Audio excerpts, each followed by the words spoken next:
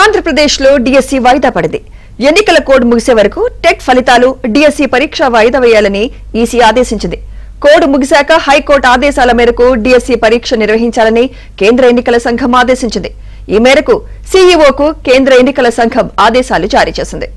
ఇదే అంశంపై మరింత సమాచారం మా ప్రతినిధి ప్రసాద్ అందిస్తారు. ప్రసాద్, సుమిత్ర, రాష్ట్రంలో ఎన్నికల కోడ్ ముగిసేంత వరకు కూడా టెట్ ఫలితాలు విడుదల చేయవద్దని, అలాగే డిఎస్సి పరీక్ష వాయిదా వేయాలని కేంద్ర ఎన్నికల సంఘం ఆదేశించింది. ఎన్నికల కోడ్ ముగిశాక హైకోర్టు ఆదేశాల మేరకు డిఎస్సి పరీక్ష నిర్వహణ టెట్ ఫలితాలు కూడా వెల్లడించుకోవచ్చని కూడా ఈ మేరకు స్పష్టం చేసింది. అయితే దీనికి సంబంధించి ప్రస్తుతం రాష్ట్రంలో ఉన్న యువత కావచ్చు, నిరుద్యోగులు జగన్మోహన్ రెడ్డి ప్రభుత్వంపై తీవ్ర ఆగ్రహం వ్యక్తం చేస్తా ఉన్నారు. దాదాపు 5 ఏళ్లలో ఎటువంటి ఉద్యోగాలు అవకాశాలు ఇవ్వకపోవడం, డిఎస్సి మెగా డిఎస్సి నిర్వహించి 23,000 ఉద్యోగాలు భర్తీ చేస్తానన్న జగన్మోహన్ రెడ్డి 5 ఏళ్లుగా ఎటువంటి డిఎస్సి నిర్వహించకుండా వారిని తీవ్రంగా అన్యాయం చేశారని కూడా ఆవేదన వ్యక్తం చేస్తున్నారు.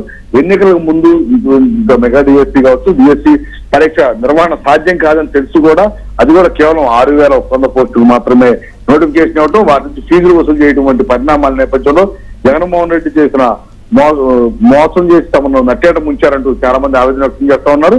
ఇవన్నీ కూడా తెలిసే, అంటే ముఖ్యంగా వైసీపీ నాయకులు ఎన్నికల్లో ఓట్లు లబ్ధి పొందేందుకు తెలిసే ముందుగా ప్రకటన చేయటం, ఎన్నికలు కూడా అమల్లోకి వస్తుంది, తద్వారా తాము తప్పించుకోవచ్చు అని ఏదైతే దాన్ని వ్యూహం పొందారో దానికి అనుగుణంగానే ఇప్పుడు తాము అన్ని విధాలా కూడా సంసిద్ధమైన నేపథ్యంలో ఎన్నికలు కూడా అడ్డు వచ్చిందని కేంద్ర ఎన్నికల సంఘం ఆదేశాల మేరకు తాము నిర్వహించలేకపోయామని ప్రచారం చేసుకునేందుకు వీలుగా ముందుగా పకడ్బందీ ప్రణాళికతోనే ఈ రోజు ఈ విధంగా వ్యవహరించినట్టు కూడా తెలుస్తోంది.